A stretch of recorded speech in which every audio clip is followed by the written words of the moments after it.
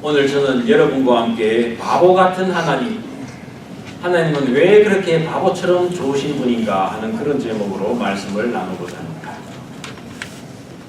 미국에 이민자로 사는 동안에 저는 믿음의 새 가문을 만들기 위해 노력해왔습니다. 그것이 저의 가장 큰 소원이요 목적이었습니다.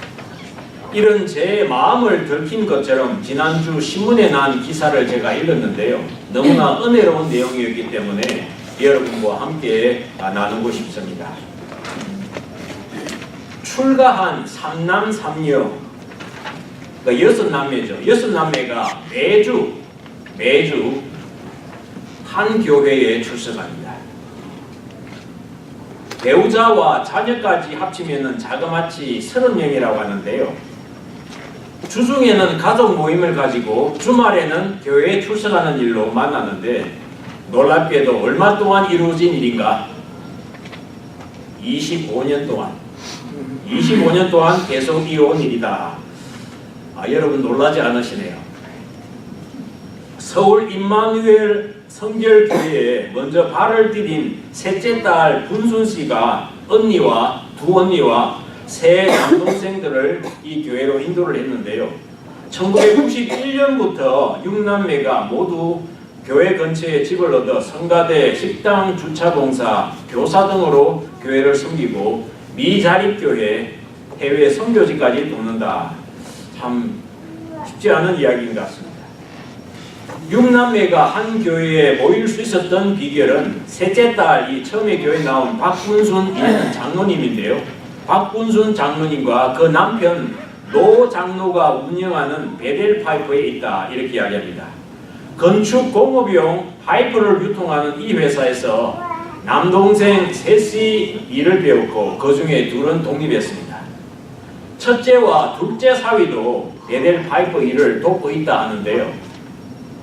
형제들이 각자 안정적으로 자리를 잡을 수 있었던 비결은 셋째 이 분순 장로 부부의 덕이 크다, 이렇게 서로들 말하는데요.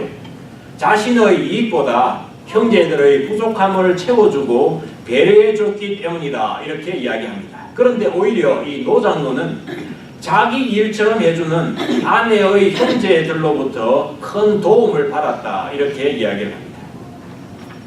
이 6남매 가족 중에 장로가 4명입니다. 이 셋째 이 분순 장로, 그리고 막내 동생이 장로입니다. 그리고 나머지 4분은 다 권사님입니다. 여자분들은 권사님들이고 남자분들은 안수 집사님입니다. 장로님들을 제외합니다. 장로가 4명입니다. 6남매 가족 중에. 그러니까 임마누엘 성결교회 장로가 8분인데 그 절반이 이 가족이 차지를 하고 있습니다. 그러면 과연 당회가 제대로 될까? 궁금하지 않습니까? 그런데 이 막내인 박대순 장로, 40대인데요. 이 막내인 박대순 장로가 하는 이야기가 각자 생각이 다른 데다가 가족이라고 특별히 그룹을 형성하지는 않는다. 4명의 장로가 하나님 중심, 교회 중심, 목사님 중심으로 일하고 있다, 이렇게 이야기를 하고 있네요. 이 담임 목사 역시 말씀하시기를 처음엔 사실 좀 어려울 것이라고 생각을 했답니다. 근데 막상 당회를 열고보니까 4명의 장로님들이 가족 색깔을 전혀 드러내지 않고 선교 중심적이고 복음적인 결정을 하고 6남매가 이 선교비를 모아가지고 이들이 교회 나온 지 91년인데 92년인 그때 벌써 러시아에 선교사를 파송할 정도로 하나님의 일에 시간과 물질을 아낌없이 쏟아붓고 있다. 목회에 정말 큰 도움이 된다, 이렇게 담임 목사님이 이야기를 한다고 합니다. 6남매들이 그렇게 생활한 이런 생각이 들겠죠. 매일 이제 보니까 집도 가깝고 교회 주변에 이제 이렇게 그러니까 매일 보니까 어떤 때는 단체 생활을 하는 것 같아, 그렇게 이야기한다. 집에 숟가락이 몇 개인지 서로 빤히 아는, 실로 이 사생활 노출이 있는 그런 아주 불편한 관계가 될 수도 있는데, 이것을 믿음으로 반전시켰다. 이들은 그렇게 이야기합니다. 그리고 그들의 형통하는 삶의 비결에는 어머니의 기도가 늘 중심에 있다. 그렇게 이야기합니다. 올해 81세인 유기순 권사님은 하루도 빠짐없이 새벽 제단을 쌓고 있습니다. 첫째 딸인 흥순 권사가 하시는 말씀은 없는 삶에도 엄마는 무조건 교회에 우선순위를 두셨다. 그들 이야기입니다. 엄마의 기도가 제일이다. 이렇게 이야기를 첫째 딸은 이야기합니다. 큰 며느리인 김종윤 권사는 이야기하기를 이 남편의 고향인 충남 청량에 가면은 예수를 믿으려면 저 집처럼 믿어야 한다 하는 그런 말이 있을 정도라고 합니다. 그리고 이제 주일날 동네에 서리가 내렸는데 교회로 향하던 어머니의 고추밭에만 이 서리가 내리지 않았다. 기적이지 않습니까?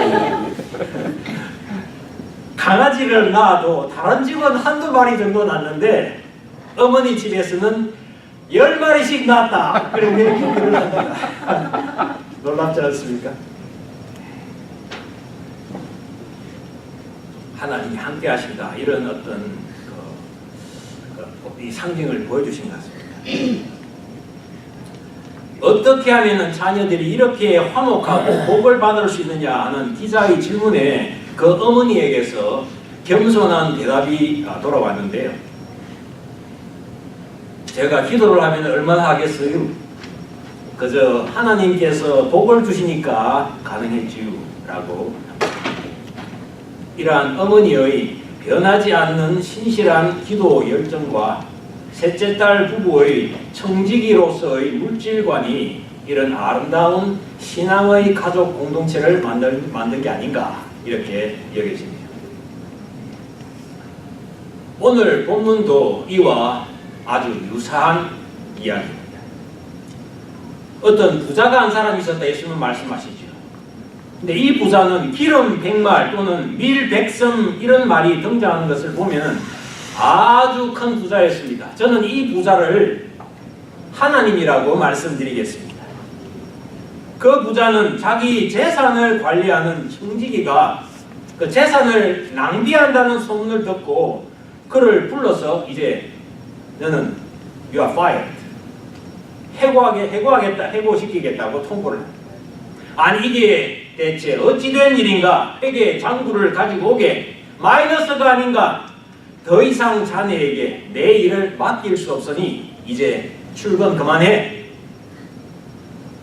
이 불의한 청지기는 쫓겨날 큰 위기를 맞고는 전전긍긍 속으로 이렇게 말합니다. 주인이 나가라 하니 어찌할까? 육체 노동을 하자니 힘이 없고 빌어먹자니 자존심이 허락을 하지 않는구나. 옳지. 내가 무엇을 해야 할지 알겠다. 그는 놀라운 지혜를 발휘합니다. 주인에게 빚을 진 사람들을 하나씩 불러다가 과감한 조치를 취하죠. 첫째 사람에게 묻습니다. 당신이 내 주인에게 진 빚이 얼마요? 기름 100마리요. 청지기는 자 그럼 여기 당신의 빚 문서에 50마리라고 적으시오. 둘째 사람에게 또 묻습니다. 당신의 빚은 얼마요? 그 사람이 밀 100섬이요. 그러면 여기 빚 문서에 밀 80섬이라고 적으시오. 이런 식으로 주인에게 빚을 진 사람들의 빚을 주인과 상의도 하지 않고 탕감해 줘버린 겁니다. 그런데 이런 소문을 전해 들은 주인은 참 이상한 의외의 반응을 보입니다. 사실 공문서 위조를 행한 거죠. 이런 불의한 이 청지기를 책망하거나 감옥에 보내는 대신에 그 불의한 일꾼이 슬기롭다 이렇게 칭찬을 해준 거죠. 당연히 이 일꾼을 잡아가지고 아니 이놈아 그게 네 재산이냐 이 나쁜 놈 하면서 그를 다그치고 이런 재산을 다시 찾으려고 이 벌을 받게 해야 되는 것이 옳지 않습니까? 그런데 하나님은 그를 칭찬하였다. 도대체 이게 무슨 말입니까? 예수님은 여기서 부정직한 청지기를 통해 중요한 영적인 진리를 가르치시려는 것입니다. 내가 너희에게 말한다. 불의한 재물로 친구를 사귀어라. 그러면 그 재물이 없어질 때 그들이 너희를 영원한 곳으로 맞아들일 것이다. 너희가 불의한 재물에도 충실하지 못하면 누가 참된 것을 너희에게 맡기겠느냐? 그 어떤 종도 두 주인을 섬길 수 없다. 너희는 하나님과 재물을 함께 섬길 수 없다. 우리 모두는 부자 하나님 아버지로부터 재산을 위임받은 사람들입니다. 어느 누구라도 스스로 제 생명을 만든 이도 없으며 가진 시간이나 재능이나 주위 환경까지 모든 것이 다 하나님으로부터 각자에게 주어진 것입니다. 하나님께서 우리에게 맡기신 모든 것들을 책임있게 관리하는 이 관리자의 신분에 합당하게 살고 있는지, 우리가 관리자라는 사실을 제대로 인식을 하고 있는 건지, 이 불의한 청지기를 통해 하나님은 우리에게 이의를 제기하고 계시는 겁니다. 내가 모든 것을 다 만든 창조자다 이렇게 스스로 착각하는 것은 아닌지, 다 내가 일해서 번 돈인데 내 노력으로 이룬 것인데 다 내 것인데 하는 그런 자만이 있지는 않은지 예수님은 그렇게 한번 생각해보라 이렇게 하시는 것이 이렇게 들립니다. 불의한 청지기가 칭찬을 받은 것은 그의 행위가 선했기 때문이 아닙니다. 단지 주인에게 빚을 진 사람들의 그 빚을, 자기 돈은 아닌데요, 그렇게 빚을 탕감해 줌으로써 주인의 명예를 높이고 그들을 친구로 만들었기 때문입니다. 이 일꾼은 내가 지금 주인으로부터 지금 책망을 받는 위험 수위에 지금 도달했구나. 나는 지금 위험하다. 스스로 지혜롭게 깨달은 거지. 하나님께서 그에게 주신 것들을 다 허비하였고 이로 말미암아 이제 곧 하나님의 심판을 받을 것임을 잘 이해한 것입니다. 그래서 그는 영원한 하나님의 집에 대한 소망이 끊어질 뻔한 그런 사람입니다. 그는 하나님과의 관계에서 그 어떤 것으로도 그 관계를 회복할 길이 없음을 절실히 느꼈고 그 관계를 그러나 다시 회복하기 위하여 노력하였기 때문에 지혜롭다 하는 것입니다. 그리고 이 지혜를 우리 그리스도인들이 배워야 한다는 것입니다.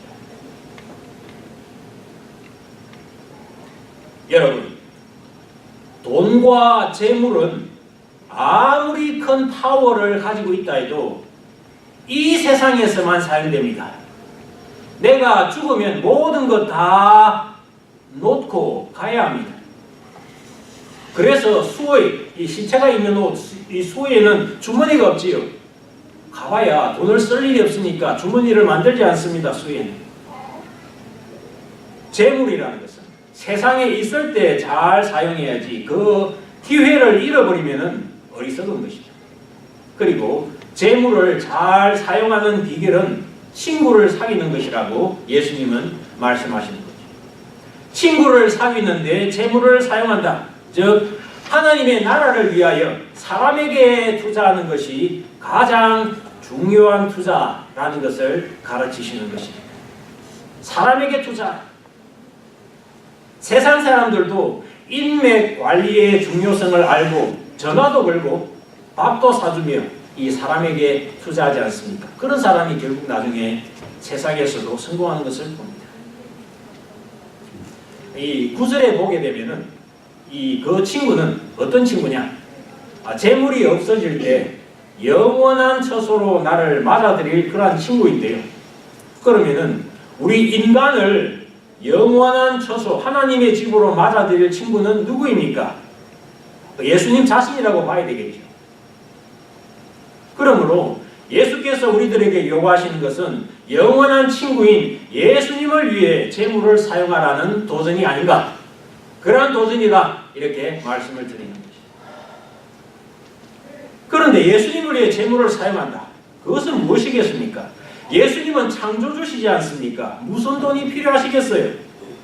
그것은 하나님이 주신 재물, 영원히 소유하지 못할 재물을 하나님 나라를 위해 선용하라는 말씀이라고 여겨집니다. 사람들은 안전한 투자를 굉장히 중요하게 생각하죠. 내가 어디에 투자하느냐, 미래에 손해를 보지 않기 위해서 굉장히 신경을 쓰고 지혜를 짭니다. 그런데 예수님은 가장 안전한 투자는 내가 살아가는 데 필요한 의식주를 제외하고 그것은 우리가 유지해야 되니까 그 외에는 모두 영원한 하늘나라에 투자하는 것이 옳다. 그것이 지혜롭다. 이렇게 말씀하시는 줄로 믿습니다. 아멘. 세상의 재물은 이 세상에서만 유용하지 하늘나라에서는 전혀 쓸모가 없습니다. 여러분 동전 한 푼도 가지고 갈 수 없습니다. 그러니 우리를 영원한 나라로 인도할 친구를 사귀기 위해 우리는 세상 재물을 지혜롭게 사용하는 사람이 되어야겠습니다.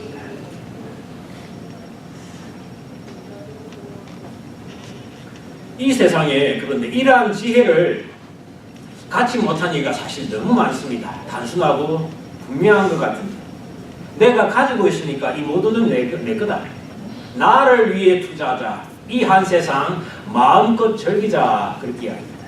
그래서 성경은 이야기하기를 어리석은 자는 마음속으로 말하기를 하나님은 없다라 한다. 이렇게 성경은 말하는데요. 그런데 이 불의한 청지기는 최소한 그렇게 하나님은 없다 이렇게 말하는 그런 어리석음에서는 벗어났다. 그런 이야기입니다. 한번 생각해 보십시오. 주인에게 책망을 받는다. 그러면 그가 나는 어디 먼 데로 달아나 버려야 되겠다. 그렇게 하든지 아니면은 주인 앞에 납작 엎드려 가지고 잘못했습니다. 이번 한 번만 도와주세요. 용서해 주세요 하든지 아니면은 이거 내가 한 게 아니에요. 이렇게 시침이 되고 이렇게 거짓말할 수도 있었겠는데요. 그러나 그는 오직 한 가지 방법을 찾았는데 그것은 주인에게 빚진 이들을 찾아 그들에게 은혜를 끼치고 주인과의 관계를 다시 회복하는 그런 길을 찾은 것입니다. 이러한 모습을 보고 이 부자 주인은 자신의 재산이 손해나는 것을 자기가 뻔히 아는데도 그가 사람의 생명을 살리는 것에 그 청지기가 사용하는 것이 전혀 아깝지 않다 이렇게 칭찬하시는 것입니다. 이 천국에 이 가치 없는 우리를 한 사람이라도 더 모으기 위하여 하나님은 그런 돈을 계산하는 개념을 가지고 계시지 않다는 겁니다.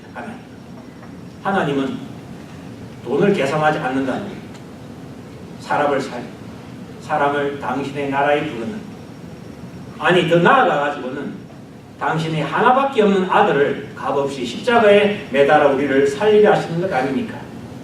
우리 인간은 정말 1달러, 2달러를 따지지 않습니다. 그런데 하나님은 그런 하나님, 정말 바보같이 그렇게 좋은 하나님이시다. 그런 이야기. 사랑하는 성도 여러분, 하나님이 주신 나의 시간, 나의 재능, 나의 생명까지 다 허랑방탕하여 내 인생이 볼품없게 되어버렸다. 이제는 하나님께서 반드시 나에게 책임을 물으시리라 그렇게 생각하시는 분이 계시는지, 그렇다면 이 불의한 청지기가 택한 길을 여러분도 함께 택하시기를 주 예수님의 이름으로 여러분에게 권면해 드립니다. 아멘. 내가 지금까지 청지기로서 또 관리자로서 주인이 맡기신 것을 책임있게 못했을지라도 이제는 내게 주어진 물질로 복음과 하나님 나라를 위해 또 친구를 위해 내가 할 수 있는 최선의 방법으로 도움을 주고 투자하는 것이 오히려 나에게 살 길이 된다는 예수님의 말씀을 따르기를 바랍니다. 아멘. 내가 살려고 내 것을 움켜쥐면은 오히려 바보같이 은혜로우신 하나님의 복을 받지 못하게 될 수 있다 하는 것을 기억해야 될 줄로 생각합니다. 말씀을 시작할 때 6남매가 25년간 한 교회에서 믿음의 가족 공동체 생활을 하는 이야기를 드렸었지요. 그들의 삶의 중심이 된 기도의 어머니와 또 셋째 딸 분순 장로 부부의 청지기 생활을 엿보았습니다. 재물로 다툼과 시기 질투가 끊이지 않는 이 세상입니다. 그런 세상 가운데 물질을 주님과 형제 자매를 위해 투자한 그 장로 부부의 믿음의 이야기였지요. 그들의 아름다운 열매 맺는 신앙을 통해 정말 바보스럽더라도 주님의 교회에 충성하는 것이 얼마나 큰 축복으로 돌아오는 것인가 하는 그 조언을 여러분께 조심스럽게 드립니다. 가족끼리 사업을 하면 더 어렵다는 말이 있습니다. 가족이 그런데 한 교회를 다니면 사업보다 더 어려울 수 있어요. 너무 잘 알기 때문입니다.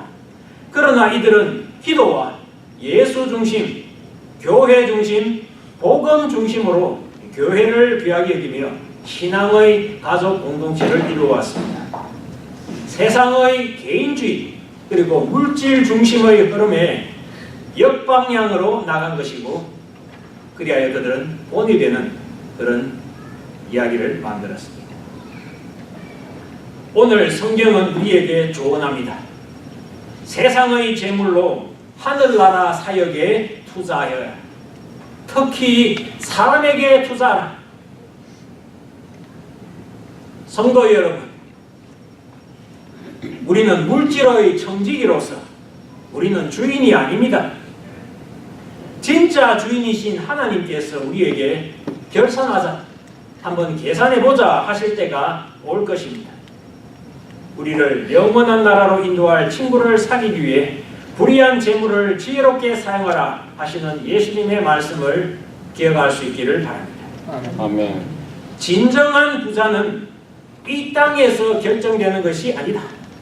장차 영원한 나라에서 결정된다는 것을 여러분 믿으시기를 바랍니다. 아멘.